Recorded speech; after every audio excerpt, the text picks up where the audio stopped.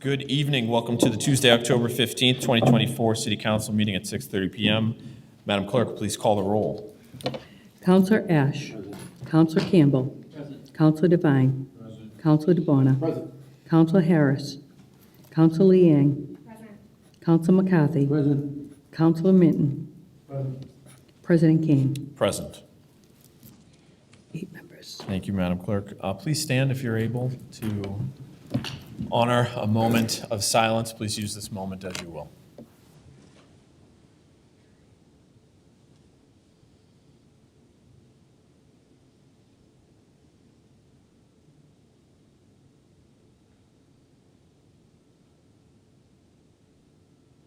Please turn to the flag for the Pledge of Allegiance.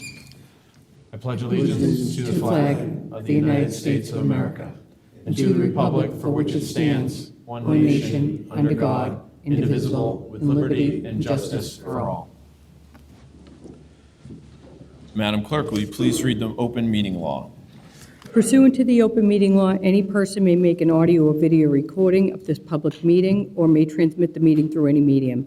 Attendees are therefore advised that such recordings or transmissions are being made whether perceived or unperceived by those present and are deemed acknowledged and permissible.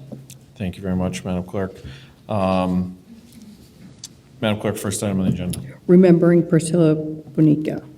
We're going to have Councilor Councilor Campbell Campbell come up to the podium.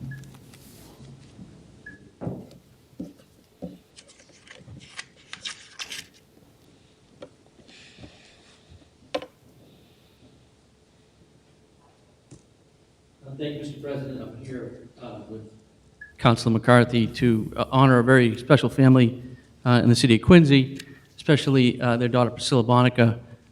She passed away last year after a brave fight, and she really touched a lot of lives. And you know, there's always been something special about her. She lived right down the street from me, and I'd watch her running down the street with the basketball between her legs and or doing something athletic, and someone that we sorely missed. And in her short time, she really made an impact on so many. But there's a proclamation that we want to read today, one from the City Council, one from the Mayor, and I figure it makes best sense to just read from here. Today, we remember the life of Priscilla Bonica, a remarkable individual whose presence touched the hearts of all who knew her. Her leadership, dedication, attitude, and spirit throughout her sports career made an impact on everyone that she played with and played for. As a three-sport standout athlete, Priscilla wore the numbers 10 in softball, 17 in volleyball, and 24 in basketball. And to celebrate her life and accomplishments, Mayor Koch has declared Thursday, October 17th, 2024, Priscilla Bonica Day in the city of Quincy. Though Priscilla may no longer be with us in person, her spirit lives in our hearts and in the countless memories she shared. Everyone, both in sports and life, should be a little bit more like Priscilla, a nice kid.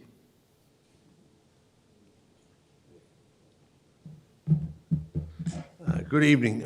Before I say a few words, I just want to thank Councilor Campbell for his work in regards to this. I know that Scott's kids, and I know how Scott is involved with Quincy High, and I know how much Priscilla Bonica meant to him and what happened to the Bonica and Morrow families over the past few years.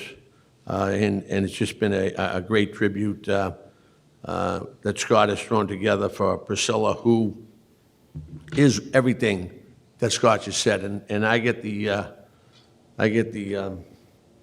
shot at talking about the proclamation from the mayor tonight from the city of Quincy. So bear with me for a second. But Priscilla Bonica was born and raised in Howes Neck, the daughter of Erin and Stephen Bonica, and the sister of Adam and Mally Bonica.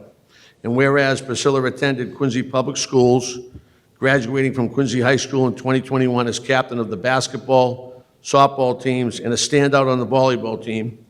And whereas she was an inspiration to her family, friends, her teammates, and her entire community for her perseverance, her work ethic, and the compassion she showed others throughout her years. And whereas Priscilla was the very personification of the word teammate, leading by example, never quitting on the court, the field, or in life, and making everyone around her better in ways large and small. And whereas her courage, her spirit, and the passion in which she lived life will remain as a shining example for our community. And whereas Priscilla wore the number 10 in softball, 17 in volleyball, and 24 in basketball, her spirit and determination will forever be remembered by her family, friends, coaches, and all who had the privilege of knowing her. And now, therefore, I, on behalf of Mayor Thomas B. Koch, in honor of Priscilla's life and the impact she had on so many, do proudly proclaim Thursday, October 17th, 2024, as Priscilla Bonica Day. Thank you. Thank you, councilors. Joining us today is our Erin and Steve and Mally and Adam and members of the Morrill family, the grandparents. If we could bring them up, maybe we can get a quick picture in the Sure. well possible. Yeah, we'll take a brief recess and welcome them to the podium here.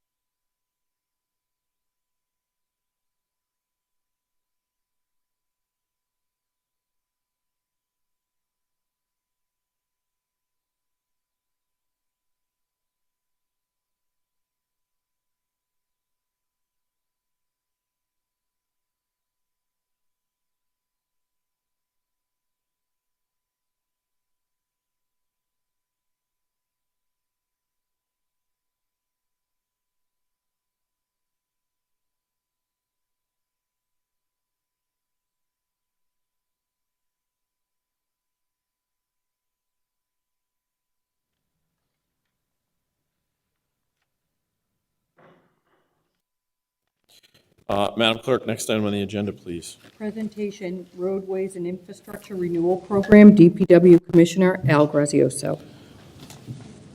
Welcome, Commissioner Grazioso.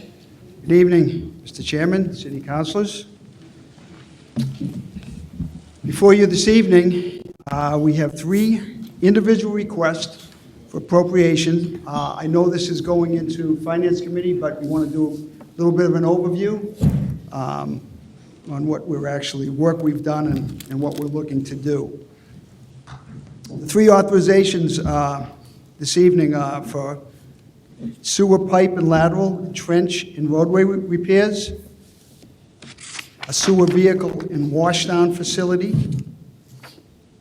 water tanks, rehab and coatings, and roadway and sidewalk repairs, along with intersection and parking work. Just with me this evening will be Director of TPAL, Eddie Grennan, along with Allison Well, and my city engineer, Paul Costello, and Joe Shea from Granite City Partners.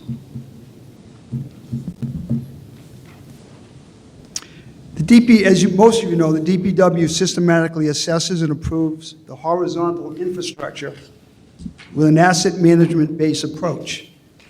We have 1,035 roadways totaling 257 miles, 304 miles of sidewalks, 240 miles of water main, 208 miles of sewers, 150 miles of drainage system, and 188 outfalls. We have 26 miles of seawall and 4 public boat ramps, dozens of pumping stations, water tanks, and other fixed assets, and intersections and equipment, public parking lots, and lighting fixtures. Quincy has a rolling CIP structure. The mayor's aggressive investment plan, with the strong support of the city council, is improving our neighborhoods quickly and programmatically, year to year, with year-to-year advancement. Our asset management approach to coordinate roads, intersections, water, sewers, and drains balances replacements with maintenance strategies to extend the life of our assets. Roadways and water mains are funded in omnibus multi-year programs. Sewers and stormwater, MS4, are funded annually based upon annual assessments. Seawalls and major intersection designs are funded annually with major capital funds, matching and state grants every 6 to 8 years for construction. This next chart gives you an overview of what we've done under the capital plans that this body has voted for and supported. It is what we've done with road reconstruction, sidewalk repairs, water main replacement, sewer lining, and sewer repairs. I'll just go to the bottom line. The total roads we've reconstructed since 2018 is 286. That's 63.8 miles of roadway. Also sidewalks on those roads. We've done an additional spot repair on another 1,354 sidewalks. We've replaced 204 water mains. We've done sewer lining on 441 roads and sewer repairs on another 66 roadways. The next map you see is a city map which shows you all of the new roads and water mains. Anything you see in red is a roadway that did not require a water main replacement. Anything in yellow is a water main replacement, and anything yellow with a red line around it is a road we repaired the water main and reconstructed the roadway. The next 6 pages, what we did is we broke down each ward, the work we did in each particular ward.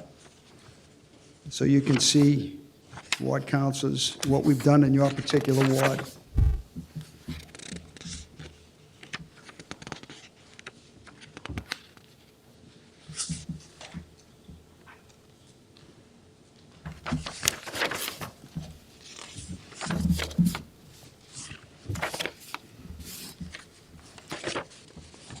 The next page you see, these are the programs for sewer work and the various funding sources. So we use the MWRA Infiltration and Inflow II Reduction Program.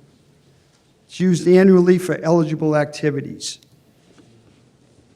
Then we use the state revolving fund loans, used annually for sewer main repairs. And then the third is the sewer bond. We request this every several years for MWRA and SRF ineligible sewer cost. So this work we're requesting will be funded by the sewer rates paid into the Sewer Enterprise Fund. And that request tonight is $24 million.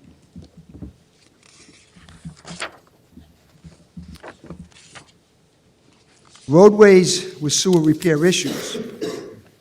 The issues range from cracked pipes, misaligned services, II, which is inflow and infiltration, manhole castings, and settling sewer trenches.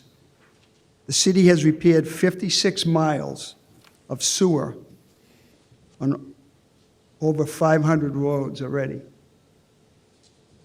Below are a few examples of a few of the sewer-impacted roadways which will be repaired under this new plan. We picked out a few roads in each ward just to give you an example. The sewer bond this evening includes $18 million for this work. When we come before you in a few weeks during the meeting, we'll have a detailed breakdown of the roads we plan to improve under this plan. The next part of this request tonight is a EPA-required truck wash and sewer vehicle storage building. The US EPA and the Mass DEP MS4 program require a DPW vehicle truck wash and sediment capture. The city currently uses, we currently have a concrete pad with a hose. The building would be located behind the DPW in the back lot. One bay will be for wash down and sediment capture. Multiple bays for storage of sewer equipment. For instance, we have the Vector truck, the sewer jet truck, sewer TV inspection van, fats, oil, and grease equipment. We want to keep these vehicles and equipment out of the weather. This sewer bond includes $6 million for this building. And at this time, I will turn this over to City Engineer Paul Costello to talk about our water request.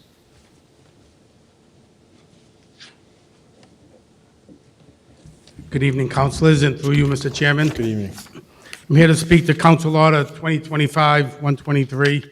It's a $5.5 million request from the Water Enterprise Fund.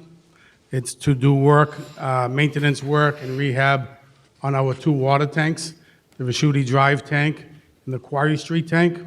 The city does have a third tank, Battery March Park, that's no longer in use, and that tank at some point should be demolished. As the commissioner said, the city has 240 miles of water main. In the last 6 years, we've completed about 37, a little bit over 37 miles. About 6 or 7 years ago, the city had about 35% of our water mains were over 100 years old. 80% of those water mains have been replaced with brand-new ductile iron pipe. The city has less water main breaks, and the flow and pressures throughout the system are much better. The city has obtained the services of Tetra Tech. They conduct our hydraulic model, and they've done a water master plan. As part of that water master plan, they have recommended maintenance on the tanks, and we far outpaced how much water mains are needed. So in conjunction with wrapping up some water main work next year, we'd like to put our attention onto the tanks. The tanks are also overseen by the Mass DEP because the water quality that comes out of those tanks end up in the faucets. So if the tanks aren't maintained properly, it could impact water quality. So at the Veshuti tank, there's about $400,000 of miscellaneous maintenance. At the Quarry Street tank, there's about $300,000, and with some miscellaneous other stuff, possibly the demolition, we need about $1 million in maintenance costs. Small structural deficiencies, nothing that would impact water quality. And we'd also like to paint the tanks. That's the expensive number. It'll be about $2 million to paint both the inside and the outside of each tank. So we would need about $4 million for that painting. So as you can see, we drain each tank, recoat the interior of the Veshuti tank, drain and paint the exterior. There'd be some structural improvements, and we do some cathodic protection, which prevents rust on these steel tanks in the future. The last major rehab was about 10 or 11 years ago, so this is far overdue. And again, it's highly regulated by the DEP. In the past, we've used several funding sources to deal with the water system. We've used MWRA funds, local assistance for the pipeline work. We've also, this year, we're tapping into a lead service program that the MWRA has available funds. We'll be asking for $2.5 million. I believe $1.5 million is already in hand. So we'll be replacing lead services as well. That program's already started. And in the past, we've come forward for the councilors for a bond. Tonight's request is out of the Water Enterprise Fund, which are paid by the water fees, and it's for $5.5 million. I'd like to turn it over to Commissioner Grazioso.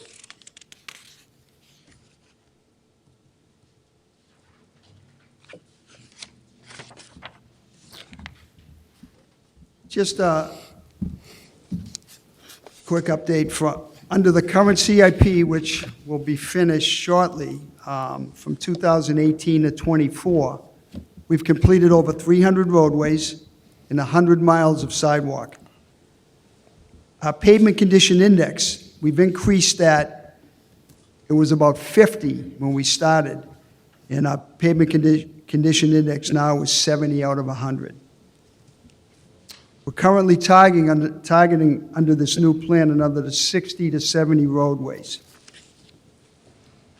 This roadway and sidewalk portion is part of the general obligation bond, $8 million, which will come out of the general fund. I also just want to update, I know there's been a lot of talk in the public about some of the main roads right now that are under construction. By the end of next year, we believe that most of these main roads will be completed. National Grid replaced their main electrical line that runs through the city. It runs from North Quincy, down Newport Ave, down Furnace Brook Parkway, up Southern Artery to Field Street. It's been a long project. I know it's been very disruptive to people. While the street was dug up, the city used that opportunity to look at that and say, you know what, do we need any new water main in there? Drainage issues, those things, and we did in certain locations. So we went in, replaced water mains. National Grid also took the opportunity to replace their gas lines on those roadways. So we know it's been a disruption, but we negotiated with National Grid that when this is complete, and they are just about complete, that they will pay to repave all of these roadways. So by the end of next year, the public will see Newport Ave, Furnace Brook Parkway, and Southern Artery repaved. So I just want to let people know that. Can you give a value to that? We know bids came in and somewhere between 14 and 20-something million dollars That's great. that National Grid is paying for. Great. They'll do all the handicap ramps, they're doing a full depth reclamation, and it was part of the negotiation that we worked with them, that we allowed them to do their main electrical line. Also, by the end of next year, you'll see streets like Adams Street complete, Hancock Street in North Quincy, part of Hancock Street in Quincy Center, another portion of Southern Artery that's not under the National Grid, Common Street, parts of Water Street, Independence Ave. So you'll see all of this hopefully come together within the next year or two. So I just want the public to know that. I know it's been very disruptive, but I think it will be well worth it in the end. Great. So at this time, I'd like to turn it over to Ed Grennan to talk about his issues. How much time do you have? Traffic issues. Yes, traffic issues, not personal. Yeah, that's So- a different meeting. So I'd just like to thank everyone, Mr. President, the council for having me here tonight to present. To give a quick overview of the infrastructure that TPAL is responsible for, that is on the slide in front of you.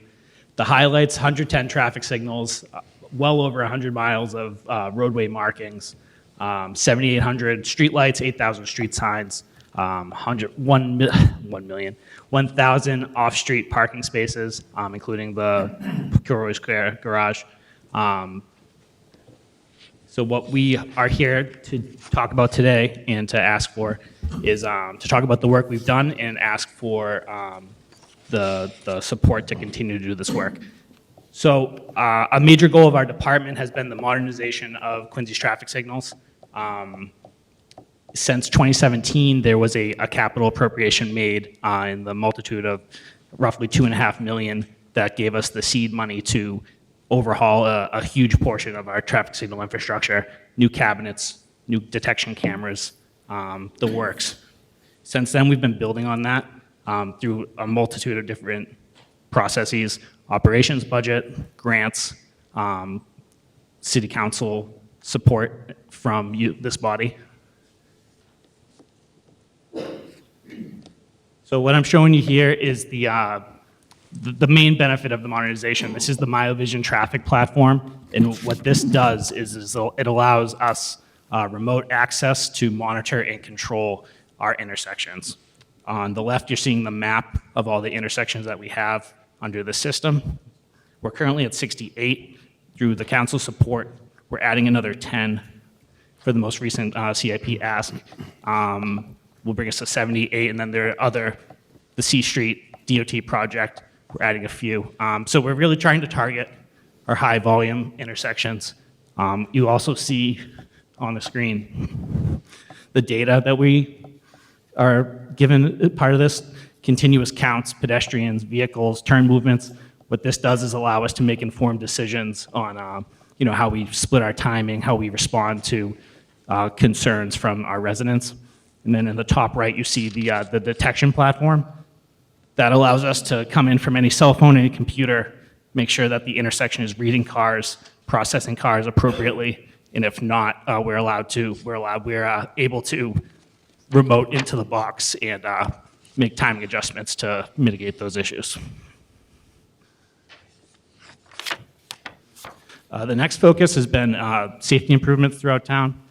We have really moved towards a data-driven approach when we tried to target safety concerns, both for all road users, bicyclists, pedestrians, and drivers.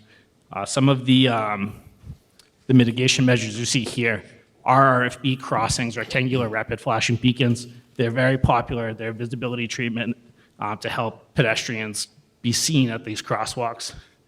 Pedestrian bump outs like the one shown constructed this past construction season at the intersection of Cleverly Court and South Street. What that's doing, it's slowing cars down coming around these wide corners. It's shortening the crossing distance that the pedestrians are in the street for. So these are the type of things that we're looking to do more frequently across the city.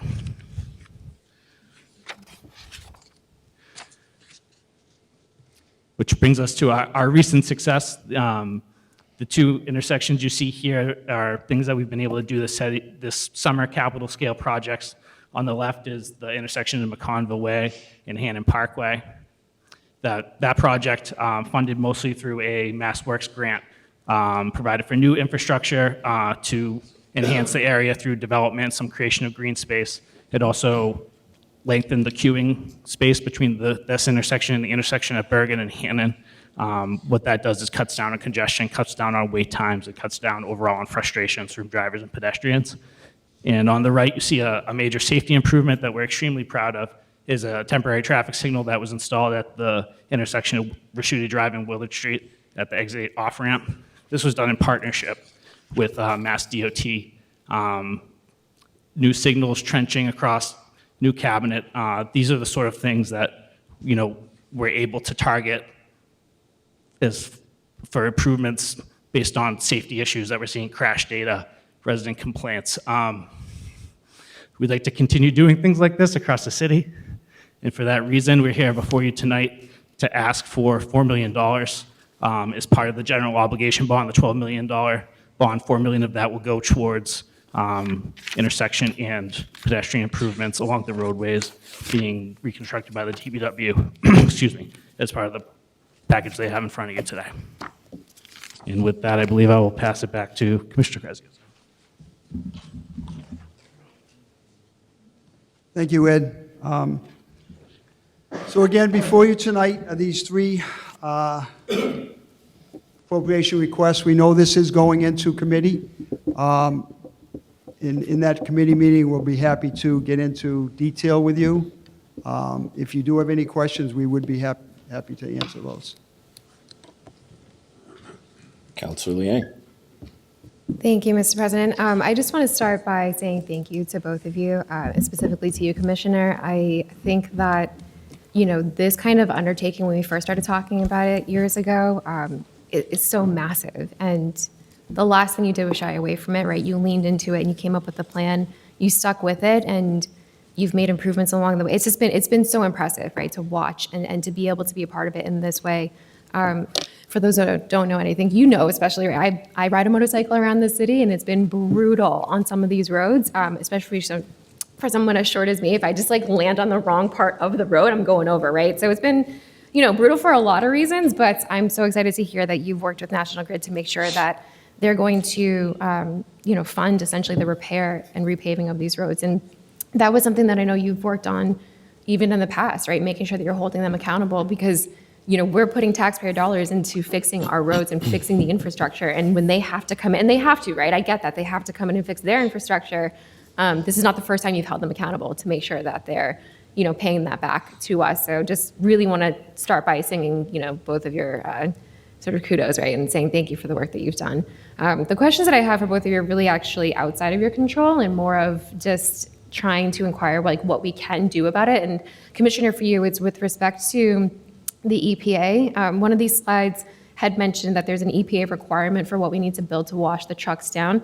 Are they offering any grants to municipalities specifically for things that we have to implement, especially as they're more forward-thinking with environmental protections and changes that we, on the ground need to make those changes, but that cost us money? And so are they backing up these requirements with any funding opportunities for us to use? As far as I know, the EPA does not, they just give mandates, they don't give funding.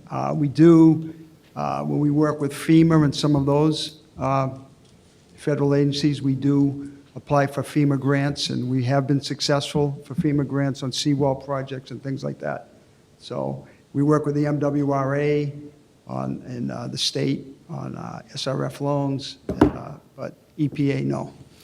That's unfortunate. Listen, I know that, again, you and your team are really good at looking, especially with the planning department, looking at grant opportunities to bring money back into the city. And so if and when that time comes, in addition to their mandates, if they're actually offering resources, like financial resources, let me know. Obviously, we're more than happy to help advocate for that.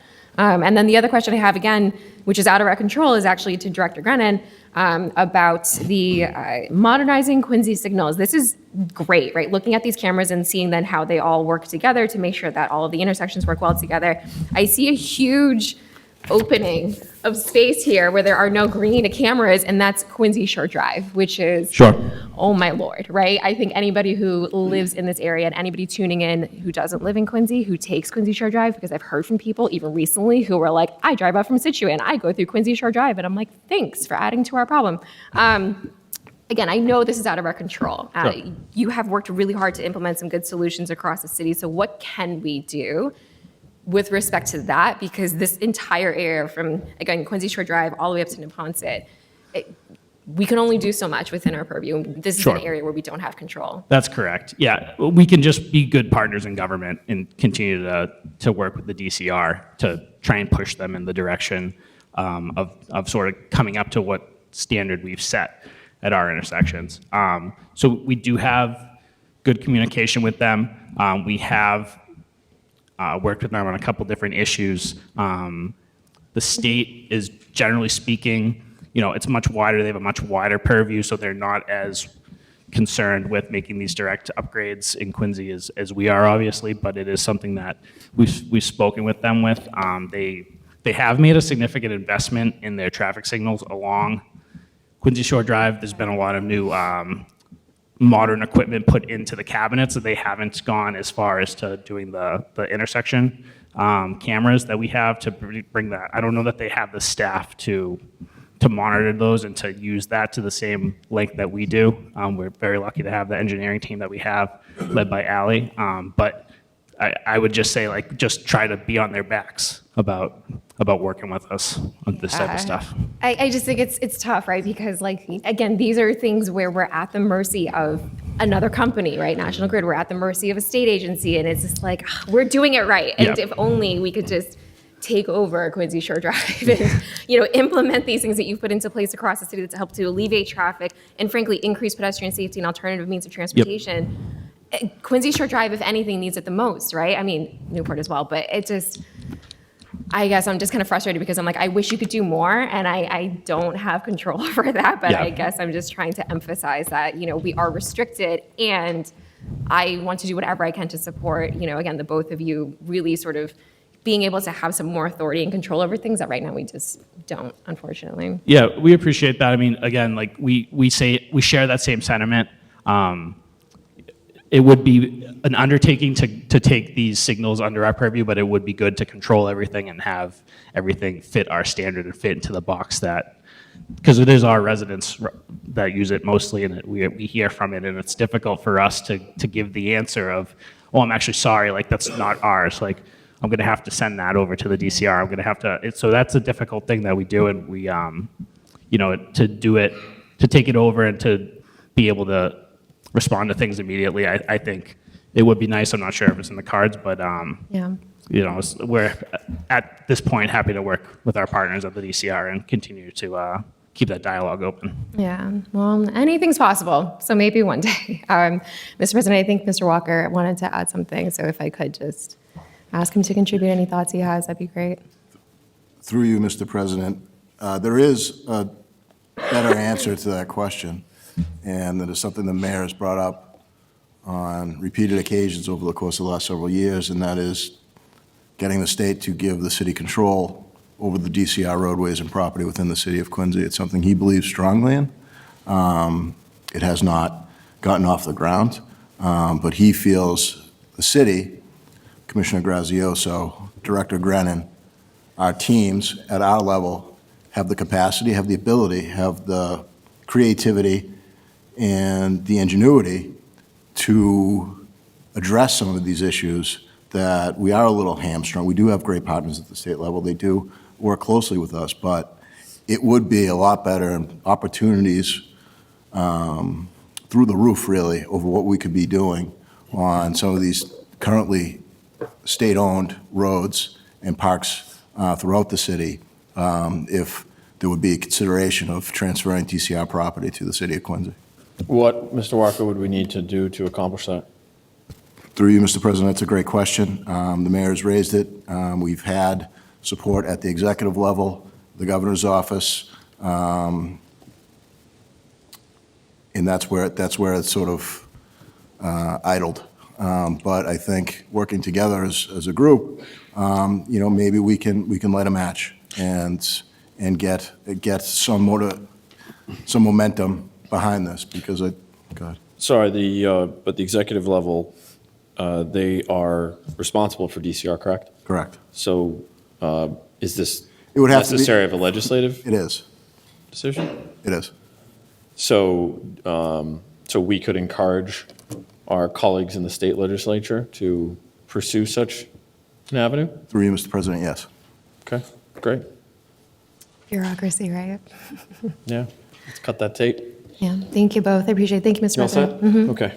Okay. President recognizes Counselor Devine.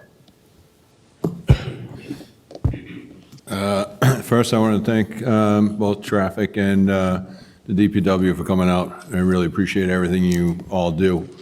Right away, I want to just recognize that every time I go unannounced or announced, you stop what you're doing. You listen to me, answer questions. I have constituents. Sometimes they call me and I say, I'll go ask, and I walk in your office and you literally put your papers down, you go over, you get it, you pull it out and give me the answer, and I'm able to go quickly back to them. So a lot of hard work you're getting done, and it's unbelievable. As far as Ricciuti Drive to the traffic department, the amount of response from people that I've received with that intersection is unbelievable. There's people that have anxiety already before they even get to an intersection like that. With this new set of lights, these people have found a new way to get across. They're not as nervous. It sounds so simple, and maybe to everybody else that doesn't have an anxiety like that, you don't know. But these people, it's like a newfound life. Some of them work up there, and they'd have to leave an hour before their job started just to make sure they could get the courage to get across that intersection. So a very big thank you. And then Ricciuti again with the water tanks. how do we shut that down and repair it? Do we not need it when where do we get our water from when we're doing that?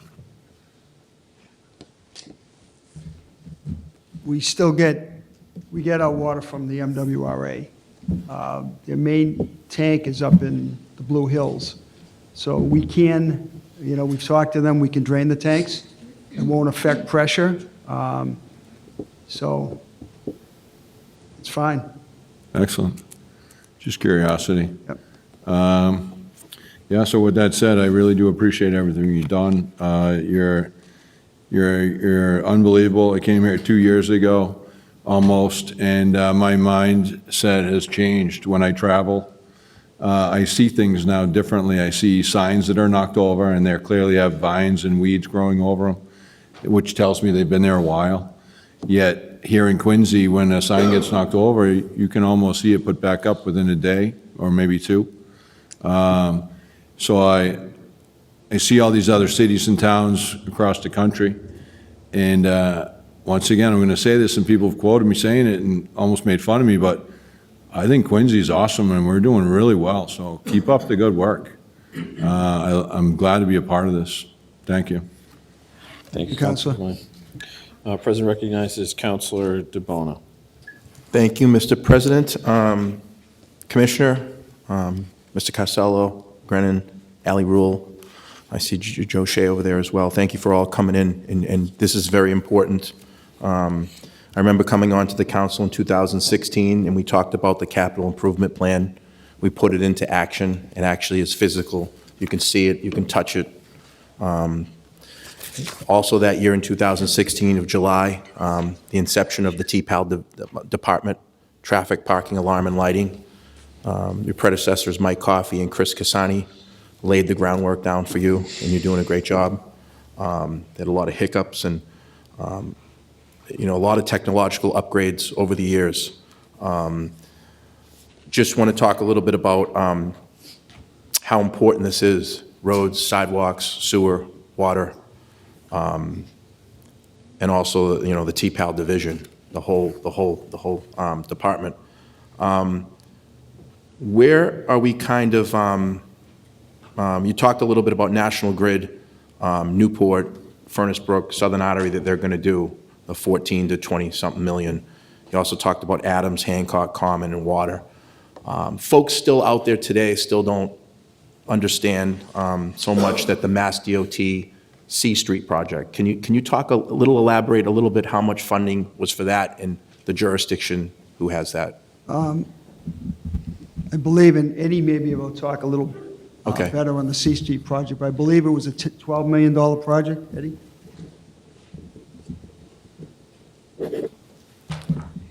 Yeah, so it was, it ended up being at 9 million, roughly 9 million. It is, the limits of it are from roughly Samoset, where they finished up the Quincy Shore Drive intersection project down through the signalized intersection of Palmer Street. So there are new sidewalks throughout, new roadway, 2 lanes in, 2 lanes out, a little bit of medians around the intersections in areas of the road that there's been some departure crashes over the years for safety, raised transversible rumble strip to help with those departure crashes, new traffic signals at Palmer Street, at Moffett, at the church, and then also at Murphy Memorial at the ice rink. We're going to have a brand new intersection there, bumped out intersection, new streetlights on the north side of the road, bike accommodations on the street, the works. I just wanted to as Commissioner was talking about all the other streets, I just wanted to let the public know that, their jurisdiction. I know Council McCarthy has done a real good Sure. job with Yep. that. Just to let the public know Understood. that we're working on that street too. We are, yeah, and You that guys are is doing a great job. It takes time to obviously do it, and I'm glad we're talking about roads here. Yeah. Yeah, so that's being done and administered by Mass DOT. They funded it with federal and state money. I believe it's 80% federal, 20% state. They have a resident engineer who's in town. They have an assistant resident engineer. They're out there every single day. The contractors, AR Belly, they're working directly under the state's jurisdiction. But they've been very good partners with us on the project. And when we've asked them for something, when we've asked them to go speak with a resident, when we've asked them to, take a look at something for us, they've been happy to do that. So we're happy with the way that project is progressing. Ed, as I have you up here, the 37 RRFBs, the rectangular rapid flashing beacons. Yep. They've been all over the city. People really like them. I Yeah. love them. I mean, you can see them at night. You can see them anytime they flash. Do you anticipate any more? And is that through a grant that you get, or how can we acquire more of those? Yeah, there's probably 6 or 7 in the pipeline right now, just for different projects through grants that we've gotten, through some punch list stuff that we're still working on, through some construction over the summer. The department, TPAL, is just through our ops budget putting in 4. We will hopefully see those before the snow falls this year. If not, it'll be early spring next year. So that is a network that we're definitely looking to grow, to the chagrin of the electricians and the sign personnel that work for me. We are trying to put those at as widespread around the city as we can because they are so popular. The residents appreciate the visibility enhancement. So pretty much everywhere that we're on a main road that we're trying to get people across a main road that they have a little bit of difficulty, we're trying to put them in. Without, thank you very much, Mr. Brennan. Not getting into the financial end of it, because I know these are going to go into committee, but I just have one last question for Commissioner. Yeah. Commissioner, I know we approved $100 million roads and sidewalks some years ago. Where do you think we are and we fall into that number as we speak, as of presently today? We're pretty much through that number. After this year, going into next year, we'll have spent down the $100 million. I think that was very important. We had an aggressive roads and sidewalk package out there, and I looked across the city, and I'm glad you broke it down into wards because, I mean, almost every ward got almost pretty close to equal, depending on what you needed to do with the infrastructure underneath, with your sewer and water mains and all that other jazz of your algorithm. You've done a great job with letting us know, like counselors. I know I talked to you a lot about what we have in the pipeline, what has to happen with. Obviously, if you can just explain real quick in about a minute is how important it is to do the water and sewer repairs and then let it settle, and how long that process takes to start to actually do the road work or repaving. Well, when we do a water main, we like generally to have that roadway settle over the winter and come back and pave in the next year to let those trenches settle. Sometimes it may just be a few months if we're doing full depth reclamation, but, we look at the whole infrastructure. That's why we work with National Grid. Sometimes it's a little bit slower dealing with them because we'll get our water main in and then we have to wait for them to replace their gas main. We've got several grid crews throughout the city, but, we got to push them all the time. And sometimes they do hold up our jobs. But it's important that it gets done. If you just, for an instance, we pave a road, if we don't replace a gas main, and they get a grade 1 leak, under DPU regulations, They could go in. have to come in and dig the road. We have no control, we can't say no. So, and you've seen in the past that some roads have gotten dug up, and it's maddening to us when that happens. So it's very important that we try to work with them, and if they need a new gas main, let's get it replaced.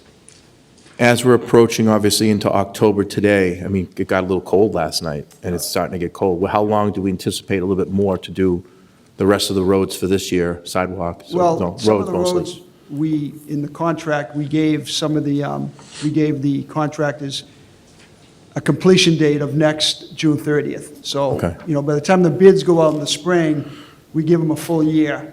So some of those roads won't be completed. Water main roads, we try to get done, obviously, by mid-November, because, the bypass if you get cold weather, they can freeze. So we generally try to get the water mains done. Sometimes paving, if the weather's fine, we can pave into December. Did pretty good last year, I believe, yes. We're really going to put these into committees. I didn't want to get into to the actual numbers and stuff, but I just want to thank you. I'm glad you guys came in tonight and really described this to the public of what we're doing. It's very important, our infrastructure underneath, to do our roads and sidewalks, but, the sewer and water repairs, and you guys are out there on a daily basis, and, we have to consider the fact that we have some state roads out there that have jurisdiction. National Grid has jurisdiction over a lot of things that we can do. So sometimes our hands are tied. It was good that you came in and you told about different streets throughout the city that are going to be done in the future. So I appreciate that. Thank you, Councilor. Thank you. Thank you, Mr. President. President recognizes Councilor McCarthy. Thank you, Mr. President. Good evening, Commissioner. Good evening, Councilor. Just a couple of quick comments. First, you mentioned National Grid, and I'm glad Councilor DeBon also mentioned C Street, about the grid taking care of the bill, which is a hefty one, and the state and the feds in regards to C Street. So that's a great thing for the city of Quincy. Southern Artery. Commissioner, when you talk about the paving Southern Artery, they're just down to Roxy's, just down to the intersection, because I know they've done some trench work. I don't know if it's us or if it's National Grid, down past the Dunkin' Donuts, down to the end of Brackett. So I don't know how far, just so folks, I know you're not going to do the entire artery, but I was trying to figure out if we were going a little further than the lights. So National Grid is responsible to go to Field Street. That's where their 115 kV line ends. We've also done some water main work at other sections of Southern Artery. In our plan that we'll be presenting to you, part of that plan is to finish paving Southern Artery to Washington Street. We also have from Washington to Quincy Ave, that will be paved. And that is being paved by, the state is coming in. They had money for paving and on state highways. That's technically a state highway. So they came in and said, where would you like us to pave? And we said, That's good. Washington Street to Quincy Ave. So, So you are going to get it. yeah, we're going to get that portion, but National Grid has to go in and replace the gas main there. So they're supposed to go in this winter, and the state is trying to get that done by the end of next paving season. So it was going to be done this year, and then Grid threw a kind of a monkey wrench and said, oh, we need a gas main there. So, but that section will be done. Okay, and just a quick comment on C Street in regards to Mr. Grennan and Ali Rule and Frank Tramatozzi, and Ed had mentioned it. They've done a great job with DOT in the state, working their way, along with Jim Timmons in the solicitor's office, working with the neighbors, working on the sidewalks, moving poles around, and trying to do the best they can with the traffic coming out of Ward 1 in the morning. I know Eddie has been keeping an eye on where they are working on C Street, so folks know if we get near a spot that we know, especially Broad Meadows in the morning at school, that could be a problem. We're trying to change some times, and at the same time, we don't want to change too much of their time getting on the job because it will delay the project. So I know Ed has done a great job with that, and again, I thank Councilor DeBona for bringing that up, because a lot of times folks don't know who's paying for what, and that's just going to give us a beautiful roadway all the way down into Howe's Neck. So Yeah. I just want to say thanks, Ed. You've been putting up with me. If I want to come in and go section to section, which we have a few times, Just a couple. and it's all worked out well. Yeah, it's been great. And again, we have good partners there. Just to kind of touch on that, sort of like the thinking behind the traffic management, we do have weekly meetings where all the DPW, all the TPAL, all the National Grid contractors are required to come sit at a table with us, go over where you're going to be, what are you doing for the next week? And then we handle some issues with like conflicts of contractors being right on top of each other or that sort of thing. Like you can't be within X amount of feet of this signalized intersection that feeds a middle school because it's just going to be a nightmare until a certain point in the day. So luckily the contractors have been willing to work with us on that. And, you know, we thank them for that because it does take a lot of coordination to manage all this infrastructure and the rebuild of all of it, a lot of it at once. So that is something that we're doing weekly, and I just want to thank everybody for that. Thank you. Mr. President, I'd like to make a motion. We're not even there yet. Will you remember me? All right, thank you. I'm over here. All right, thank you. President recognizes Council Campbell. Thank you, Mr. President. I actually probably, Ed is the best. Thank you, Commissioner Grazioso, for all your work and the presentation you did here. I have four kind of bullet points here, so I'll go as quickly and briefly as possible. The MyoVision program that we have going, you have 68 of 110. Is there a long-term plan to kind of phase them or to work towards having it all work together? Is it like a unison thing that would really help out the process? And Yeah, we'd love to. We'd love to work towards 100% on it to be in every cabinet from our desk. We're just sort of managing it as it rolls, as we get opportunities through grants, through this type of package, through the package that was in front of you guys a few months ago that the body approved, and we greatly appreciate that. We're going to get 10 new locations out of that. So there is, as we grow, we're speccing it. So every new intersection we're doing is getting it. That's regardless of if the state is doing it, if we're doing it, and then.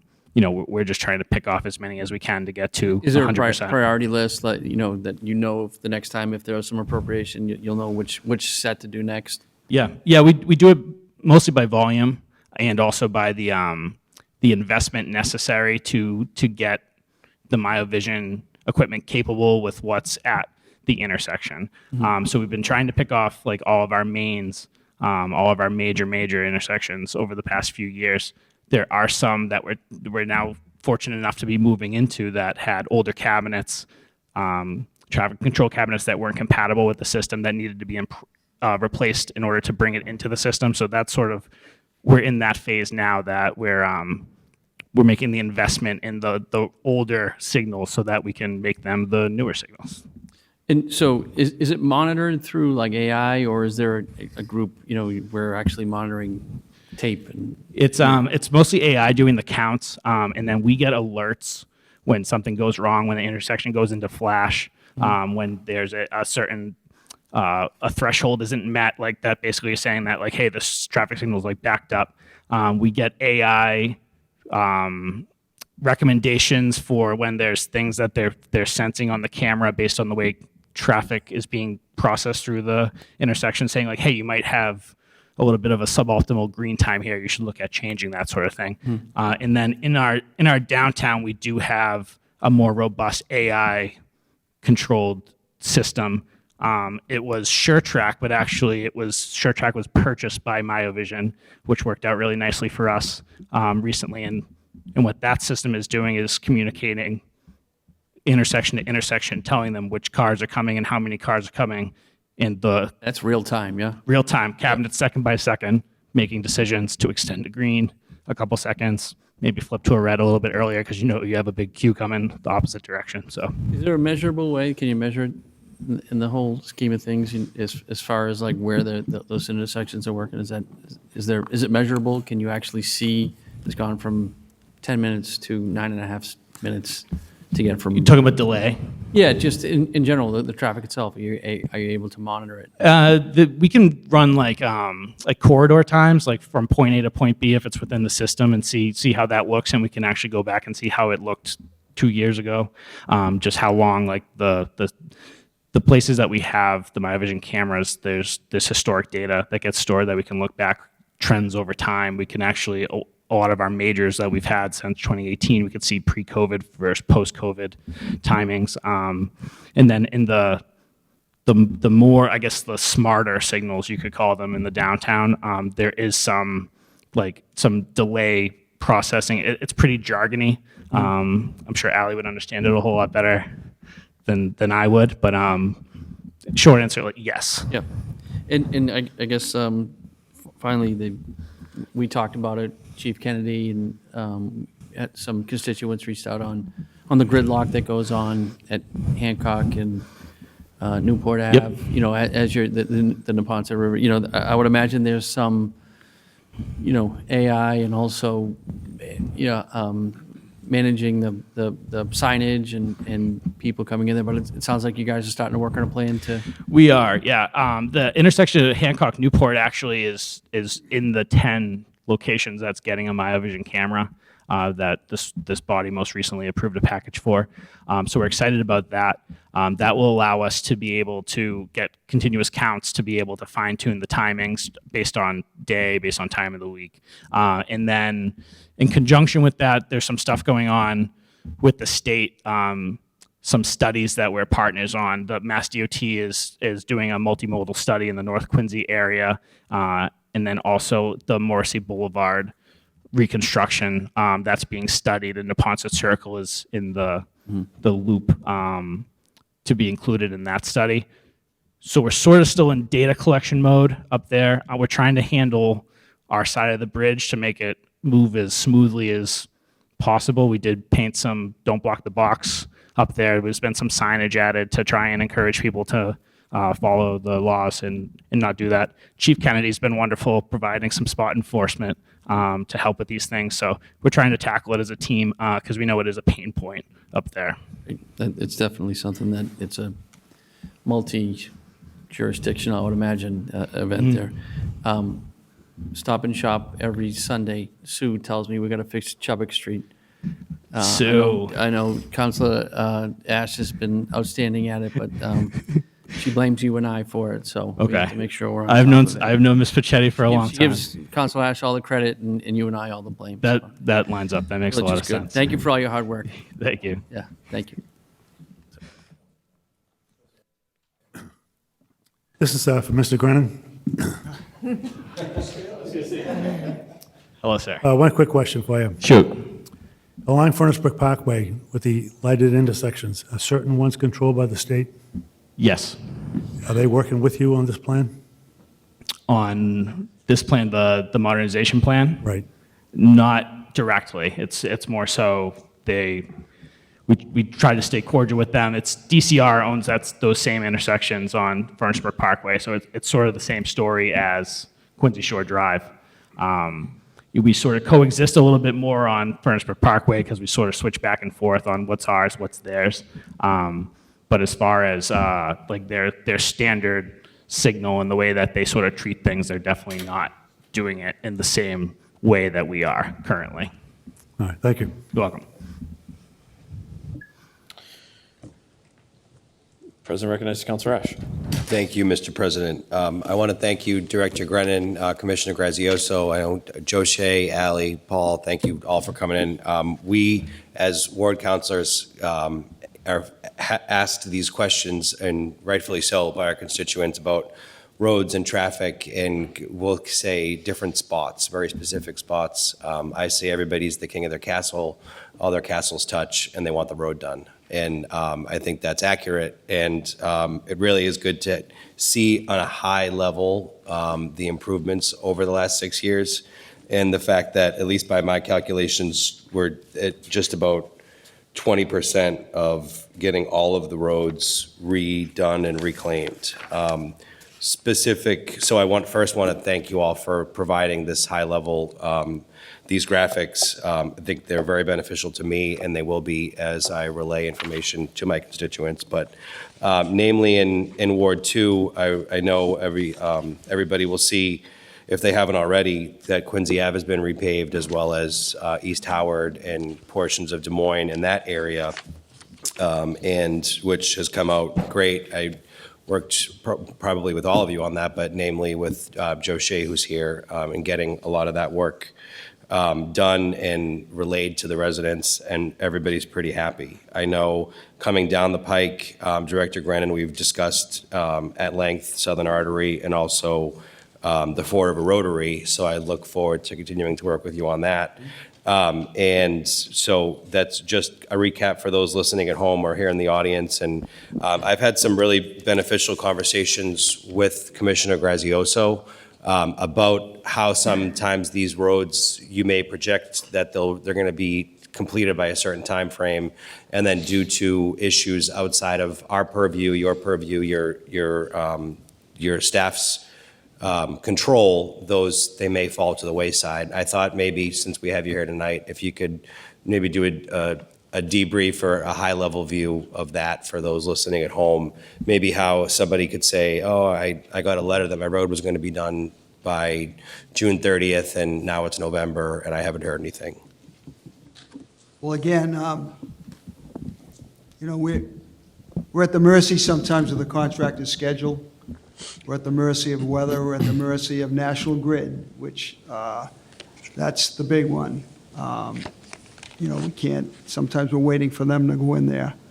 And it's just, the contractors are very busy. We're not the only cities and towns they work in, so it's really trying to get everyone and coordinate. And sometimes, as Eddie will say, we've got so much work going on in different areas that we're constantly moving people around. We're doing, because of traffic situations here or there, National Grid. It's sometimes it's difficult. And Eddie and Ally do a great job trying to be traffic cops sometimes. Managing helping us to manage the contractors. So sometimes it's just,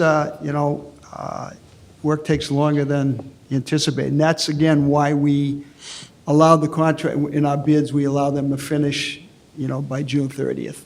It gives them time. Great, thank you. Thank you, Councilor Ash. All right, thank you all for being here. I appreciate you all and all the good work that you do. The money line tonight is that the city is saving $14 to $20 million on all of the main artery roadway work once this National Grid project is completed. Correct. That's unbelievable. Yep. That didn't come out before, so I'm glad that that's coming out now before the project went to work. And I know that and that's a huge infrastructure project in itself, improving the main trunk. Yeah. So all of that work will benefit the city for years to come. Correct. And then, so over the past 6 years, we've done $100 million of work, which is about 25% of the city. And what's the lifespan of that work that you've done, do you think? Hopefully that lasts 25, 30, 40 years. Yeah, that's The great. infrastructure work, we know underneath is going to last. I mean, we're replacing water mains, some that went back to the 1800s. Right. So those water mains were in place for, some of them 130 years. Yep. So, Well, this is certainly the stuff that residents care about, because these are the calls that we get about traffic and roadway work. And so thank you very much for your diligent and dutiful attention. I want to thank this body because, Mayor Koch is very aggressive with us and his vision is to replace the aging infrastructure. Mm-hmm.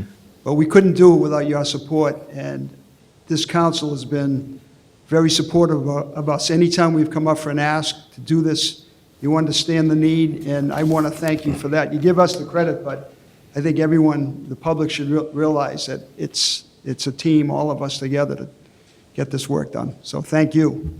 Well, we appreciate it. And I couldn't stop laughing at one of the TPAL pages that said, continued investment in Quincy's transportation network is critical to moving the city forward. Did you write that? You like that? Oh, I was crying. I almost couldn't contain myself. I thought it was hilarious. So thank you for that. All right, thanks again. All right, and we'll be back whenever we're scheduling a finance committee meeting so that we can go through the details. And then even, the number, anytime I send out a newsletter with the updates on the roadway work, the number one looked at document is the streets, the order of operations. So I can't wait for the next one. All right, thank you. Madam Clerk, first item on the agenda, please. 2024-122, appropriation for $24 million for sewer enterprise fund for infrastructure and roadways improvements. Motion to waive the reading and move to finance from Councilor Liang. All those in favor? Those opposed? Ayes have it. Madam Clerk, next item, please. Number 2, 2024-123, an appropriation for $5,500,000 for Motion to waive the reading made by Counselor Liang and move to Finance. Do I have a second on that? Second by Counselor McCarthy. All those in favor? Those opposed? Ayes have it. Madam Clerk, next item, please. Number 3, 2024-124, an appropriation for $12 million. Motion to waive the reading made by Counselor Liang, move to Finance, please, seconded by Counselor McCarthy. All those in favor? Those opposed? Ayes have it. Next item on the agenda, please. Number 4, 2024-125 ordinance, Mass General Law, Chapter 44, Section 53E and a half, establishing of a Quincy 400 revolving fund. On this, President recognizes Mr. Walker. Thank you, Mr. President. Just briefly on this, it's getting close to go time. The calendar is just a couple months away from 2025, and that means our 400th anniversary celebration as a community. And as part of the planning process for that, there's a lot of things going on. There's a lot of moving parts. And as part of the events next year, there's definitely going to be merchandise sales. There's going to be tickets that will need to be reserved for some events. There's going to be sponsorships of certain events. There's going to be some in and out of cash flow. And to do that, the Municipal Finance and the Legal Department recommended that we create a revolving fund, which is like the 7 or 8 revolving funds that we already have existing within the budget every year. Obviously, the Recreation Department, the library, a number of others. It just allows the authority, allows the administration to take small amounts of money in and then go out the door with small amounts of money without going through the traditional procurement process, as we do in those other departments. Again, Recreation is really the big example of that one. If you go in to pay whatever small fee there is for some of our recreation programs, it goes into a revolving account, and that money can then go back out the door in programming and other things from the Recreation Department. As I mentioned, in this particular case, there will be merch sales, there will be tickets to certain events, and sponsorships. That will be the inflow here, and the outflow will just be the programming that we're in the process of planning right now. We do expect to have the calendar live before the end of this calendar year.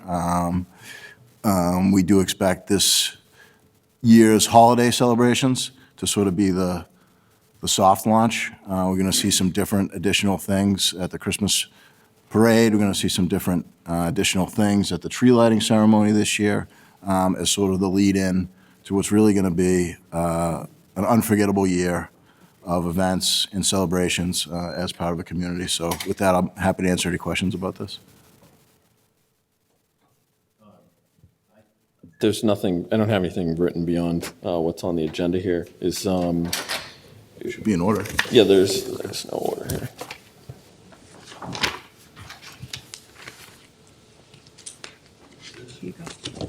Thank you. Thank you.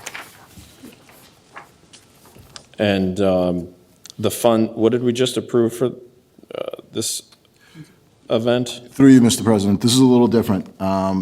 This body has so far approved $600,000 from the city's hotel motel room fee account. That is its own account.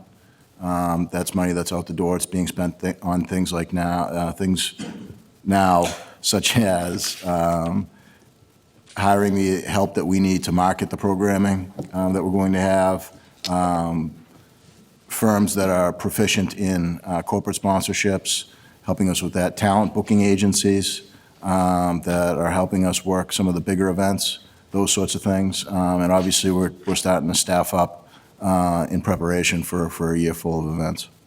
But this is separate from that. Okay. This governs commerce around this event. Correct. Okay. President recognizes Councilor Liang. Thank you, Mr. President. I just have a couple questions, and then I'd like to make a motion to approve if I could. So with this, I mean, I sort of my gut question, I think, on this, or a process that I'm thinking about is like, okay, well, this is a celebration. Yes, it's a huge celebration. So why don't we just, take a look at our celebrations line item and try to pull funding from there. But I think, again, just in saying how big of a celebration this is, it kind of answers its own question, right? It's that this is, I think something separate from the traditional celebrations that we do year over year. And as such, I do also like the sort of separation of things, right? Where this is a one-time thing, obviously every 100 years, we're not going to have, something come out of a traditional yearly account that is really a one-time thing. Is that the thought process behind this, or? In a way, through you, Mr. President, yes, in a way, Counselor, but it's also sort of separate. This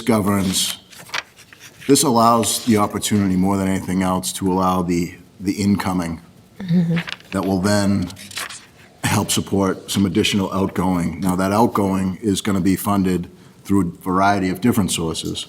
This is one of them. A corporate sponsor comes through and they want to sponsor a concert or one of the particular event. That money will come into this account. The outgoing is, yes, absolutely celebrations, absolutely hotel motel tax fund. I think it's safe to assume you can expect an additional appropriation request relative to the hotel motel tax as we go forward. But what we don't have the mechanism to do is, as I mentioned, the incoming. We don't have any mechanism right now to support if someone wants to buy hoodies. I don't think I'm speaking out of school. I'm announcing it publicly that we're going to have a Quincy Monopoly Board special 400th anniversary edition where Quincy-opoly will be available for sale. And a number of those smaller things where the money is coming in. We don't have the mechanism for the money coming in. That's the onus of this, and I don't want to suggest that there's not going to be additional funding through a variety of sources, all of which, or a large portion, or almost all of which, are those non-general fund, non-residential taxpayer-funded sources like the hotel motel tax, which is paid for by guests at our hotel rooms. Yeah, no, I mean, I get it. And I think, again, this sort of separation allows us to better track any outgoing expenses as well, which I think, especially if this is going to be a year-long celebration, right, that we're doing a bunch of stuff for the next year, that it'd be really helpful to just have one, again, account to track money coming in, money coming out, separate from our year-over-year general spending. So I appreciate it. I mean, that's how I like to silo my expenses, right, is to have them sort of really specifically categorized. And so this seems like the cleanest way to do it. If we're already going to start selling things this calendar year for this to celebrate next calendar year, then let's get it open and let's start getting that money in. Thank you, Counselor. Okay, the Quincy-opoly account has been approved. Motion made by Counselor Liang. Do I have a second? Counselor McCarthy. Madam Clerk, please call the roll. Counselor Ash. Counselor Campbell. Yes. Counselor Devine. Yes. Counselor DeBona. Yes. Counselor Liang. Yes. Counselor McCarthy. Yes. Counselor Minton. Yes. President Kane. Yes. 8 members. Thank you. Okay, that is our regularly scheduled agenda tonight. Approval of previous meeting minutes. Seeing none, we'll move on. But thank you for your excitement. Communications and reports from the mayor, other city officers and city boards. Seeing none. Unfinished business and preceding meeting. Seeing none. Reports of committees. Seeing none. Presentation of petitions, memorials, and remonstrance. President recognizes Councilor Ash. I'd like to send my condolences, our condolences, to the Carroll family. If anybody up here, if the name Angela Carroll rings a bell to you like it does to me, at very timely, certainly I was able to celebrate her 90th birthday with her on October 1st, which was beautiful, at her home where she was resting, and she passed away peacefully there, not but 9 days later, Thursday, October 10th, 2024, at 90 years old. Angela Carroll was born on Federal Hill in Providence, but she lived her entire life in Quincy Point on Mass Ave. She is she leaves behind her late husband of 61 years. They actually also celebrated their 61st wedding anniversary last week, shortly after her passing, and his name is Bill. They are Quincy Point through and through, amazing people, Mrs. Carroll was the first female lector at St. Joseph's. She was a member of Quincy High School's class of 1952. She had very strong faith, and I can certainly remember her running the church, as you would say. Mrs. Carroll was also very instrumental in the early days of Quincy Community Action Program, where she tirelessly advocated for children in education. She founded several parent boards and was a frequent speaker at school committee meetings. There, she notably worked alongside the Wahlberg family and Mrs. Wahlberg. Angela's proudest accomplishment was raising her two daughters. She enjoyed spending time with them both in Quincy and New York City. Her devoted husband, Bill, survives her at home. As I mentioned, her daughters' names are Anne and Christine.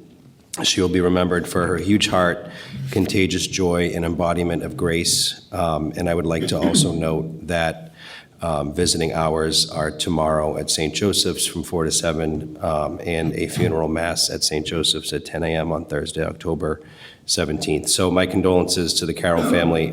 It was great to spend some time with her a couple weeks ago, and it meant a lot. Thank you. Thanks, Councilor Ash. Councilor DeBona? Thank you, Mr. President. Just tonight, we started the meeting off remembering Priscilla Monica, and we had a very productive DPW presentation and TPAL presentation, and then we're talking about the Quincy 400 going into next year. We kind of got back to the nuts and bolts of the city council here tonight. It felt like I was back at city council. It hasn't felt that way in quite a while. And everybody was involved in the conversation tonight. And I look forward to these other deliberations like this tonight. So I welcome us all back in the city council tonight. I felt like we were back as a group, as a core, as a council president, and doing a really good job. So I just want to say kudos to this meeting tonight. It felt like we're back. Been on the council now 9 years, and over the last 6 months, it's been a little uneasy up here. But tonight, we're talking about the nuts and bolts of what the constituents, the citizens of Quincy really want, our roads and sidewalks. What roads are we doing? What are we doing for the future? What do we have in place right now? And then Quincy 400 going into 2025 next year. And it felt like a city councilor tonight. Felt like a city council meeting. So just wanted to say kudos to everyone involved here tonight. Thank you. Thank you, Councilor DeBona.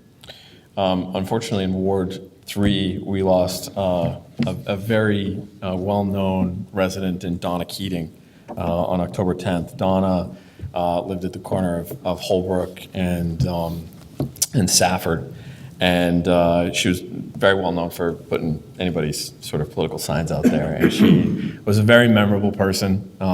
She had a very distinctive voice, and always was busting your chops. No matter, in 9 years I've been in this role, she was always giving me a hard time, but that was what Donna was for. She must have died suddenly because I saw her up at the Elks just a couple of weeks ago, where she was an officer.